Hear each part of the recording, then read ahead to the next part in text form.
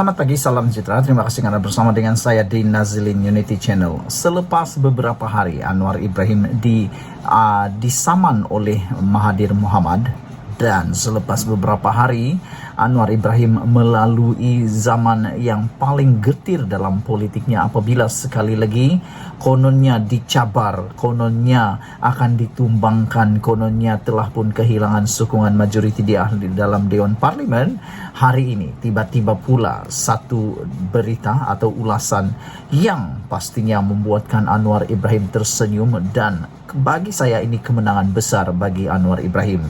Belum sampai 3 hari, belum sampai 4 hari Mahathir Mohamad menyaman beliau, Anwar Ibrahim telah pun mendapat kemenangan yang kita tunggu-tunggu.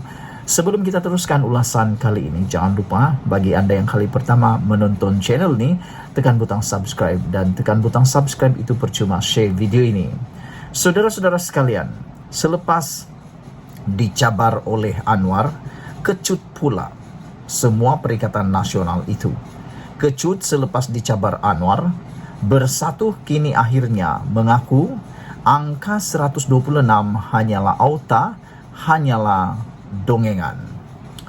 Bersatu akhirnya angkat tangan, mengaku kalah serta sedar daripada mimpi tentang ketidakmampuan untuk menjatuhkan Perdana Menteri Anwar Ibrahim. Saudara-saudara sekalian, saya setuju dengan apa yang dinyatakan oleh ulasan Sabuddin Hussein ini. Apabila akhirnya secara dengan sendirinya semua pemimpin dalam parti atau dalam gabungan Perikatan Nasional telah pun menafikan, bahkan mengangkat tangan, memberi isyarat angkat tangan, mengaku kalah, serta mereka mula sedar diri berada di dunia yang nyata. Kalau sebelum ini berada di kayangan dan berada mungkin di awang-awangan kononnya mampu menumbangkan Anwar Ibrahim, kini mereka telah pun kembali semula ke dunia yang nyata dan mula sedar daripada mimpi tentang ketidakmampuan untuk menjatuhkan Perdana Menteri Anwar Ibrahim. Ketua Penerangan Bersatu Razali Idris berkata, kerajaan pimpinan Anwar Ibrahim cukup kukuh kedudukannya kerana mempunyai 148 sokongan ahli parlimen.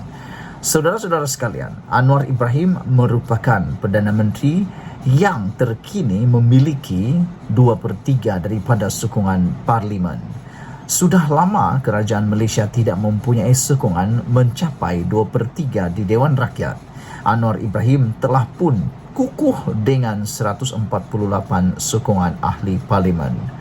Sangat sukar untuk pihak pembangkang mengatasi jumlah itu. Ia bukanlah satu perkara mudah, ujar beliau, iaitu Ketua Penerangan Bersatu ini.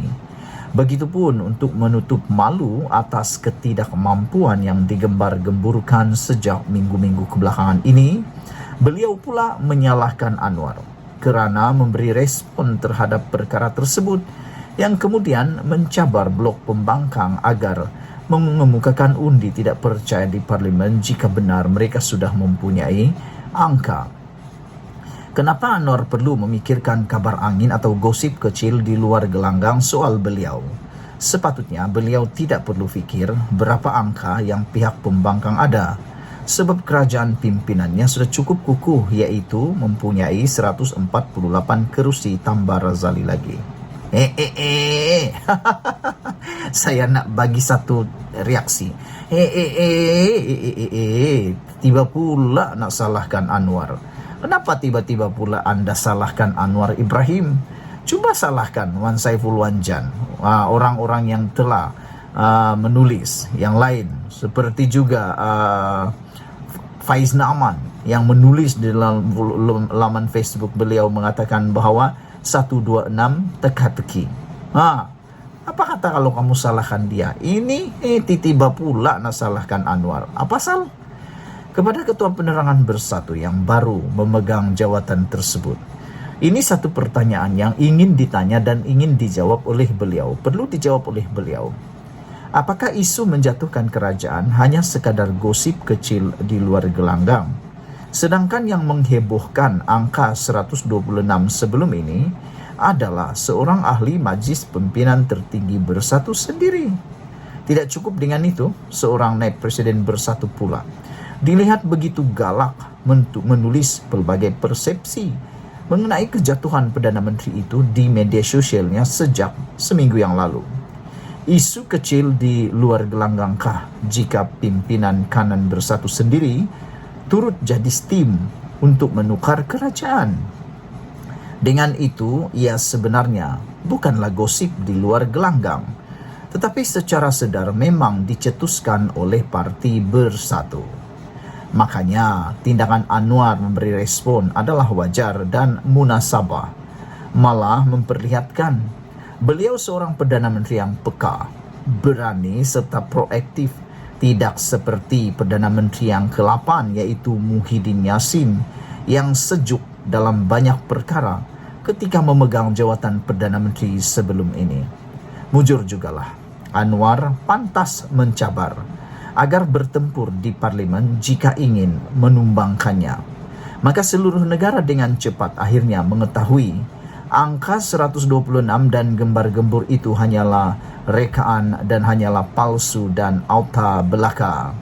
Kalau tidak dicabar oleh Anwar, agaknya berminggu dan berbulan lagilah angka 126 itu terus dijajah sebagai isu untuk mencetuskan ketidakstabilan, seterusnya sebagai modal bagi sesetengah pemimpin parti itu, yaitu Parti Bersatu, untuk terus berangan-angan dan bermimpi kembali menjadi kerajaan dan dapat jadi menteri semula.